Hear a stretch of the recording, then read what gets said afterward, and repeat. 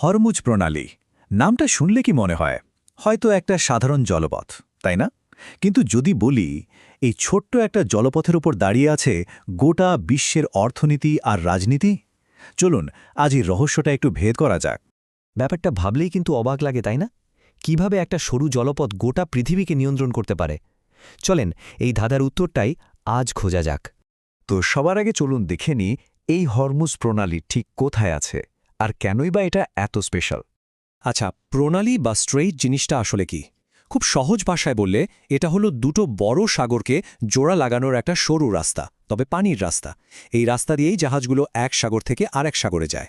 এই যে দেখুন হরমুজ প্রণালীটা আছে ঠিক ইরান আর ওমানের মাঝখানে, আর এটাই কিন্তু পারস্য উপসাগর থেকে বের হওয়ার একমাত্র গেটওয়ে। হ্যাঁ, এটাই সবচেয়ে ইন্টারেস্টিং ব্যাপার। এই প্রণালীটাই পারস্য উপসাগরকে ওমান উপসাগরের সাথে জুড়ে দিয়েছে। মানে পারস্য উপসাগর থেকে যদি কোনো জাহাজকে খোলা সমুদ্রে যেতে হয় তার জন্য রাস্তা কিন্তু একটাই, আর সেটা হলো হরমুজ। তার মানে একদিকে এটা ইরান আর ওমানের মুসান্দাম পেনিনসিলাকে আলাদা করছে, আবার অন্যদিকে পারস্য উপসাগর আর ওমান উপসাগরকে এক করে দিচ্ছে। মানে একই সাথে এটা একটা দেয়াল, আবার একটা দরজাও। তো এই যে ভৌগোলিক অবস্থান, এটাই কিভাবে একে বিশ্ব রাজনীতির একটা হটস্পট বানিয়ে তুলেছে, চলুন এবার সেটা দেখি। এই ছোট্ট একটা জলপথ, কিন্তু এটা প্রায়ই আন্তর্জাতিক রাজনীতির মাঠ গরম করে তোলে। বিশেষ করে যখন ইরান আর পশ্চিমা দেশগুলোর মধ্যে সম্পর্ক একটু তেতো হয়, তখন দেখবেন সবার নজর চলে যায় এই হরমুজ প্রণালীর দিকে। আর এই কারণেই জায়গাটা একটা হাই রিস্ক জোন। যখনই কোনো সংঘাতের মেঘ জমে তখনই ভয় থাকে এটা না বন্ধ হয়ে যায়, আর একবার যদি বন্ধ হয় তাহলে পুরো বিশ্বের জ্বালানি সাপ্লাই চেন থমকে যেতে পারে, ভাবা যায়।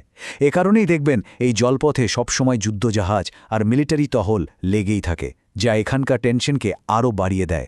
রাজনীতির কথা তো হলো, কিন্তু টাকার অঙ্কে মানে অর্থনৈতিক দিক থেকে হরমুজ প্রণালী ঠিক কতটা ইম্পর্ট্যান্ট, চলুন সেই হিসাবটা একটু দেখা যাক। এই কথাটা কিন্তু এক বিন্দুও বাড়িয়ে বলা না। একে সত্যি সত্যি বলা হয় বিশ্ব অর্থনীতির লাইফলাইন। আর কেন বলা হয়? কারণটা একদম পরিষ্কার। শুনলে অবাক হবেন, কিন্তু এটা সত্যি। পুরো পৃথিবীতে যত তেল এক জায়গা থেকে আরেক জায়গায় যায় তার প্রায় 20% মানে 5 ভাগের 1 ভাগই কিন্তু যায় এই ছোট্ট একটা রাস্তা দিয়ে। ভাবা যায়? পরিমাণটা শুনলে মাথা ঘুরে যেতে পারে। প্রতিদিন প্রায় 2 কোটি ব্যারেল তেল এই সরু পথটা পার হয়। এটা একটা বিশাল ব্যাপার, তাই না?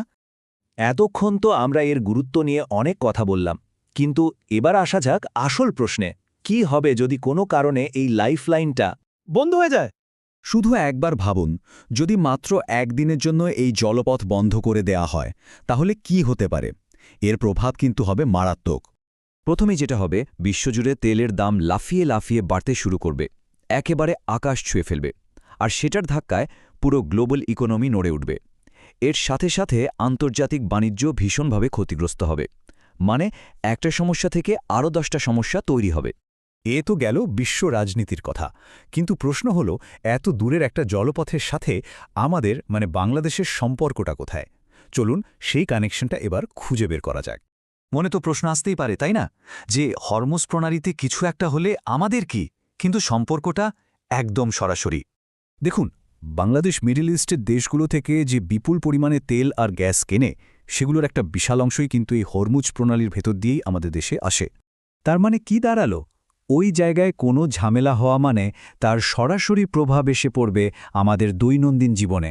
দেশে তেলের দাম বেড়ে যাবে, বিদ্যুতের সমস্যা দেখা দেবে, আর এর ফলে চাল ডাল থেকে শুরু করে সব কিছুর দামও বাড়তে শুরু করবে।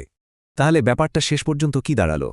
দেখতে গেলে এটা খুবই ছোট একটা জলপথ, কিন্তু এর ক্ষমতা আর প্রভাব সেটা ছড়িয়ে আছে গোটা পৃথিবী জুড়ে, এমনকি আমাদের জীবন পর্যন্ত। আর ঠিক এই কারণেই হরমুজ প্রণালীকে বলা হয় পৃথিবীর অন্যতম গুরুত্বপূর্ণ জলপথ।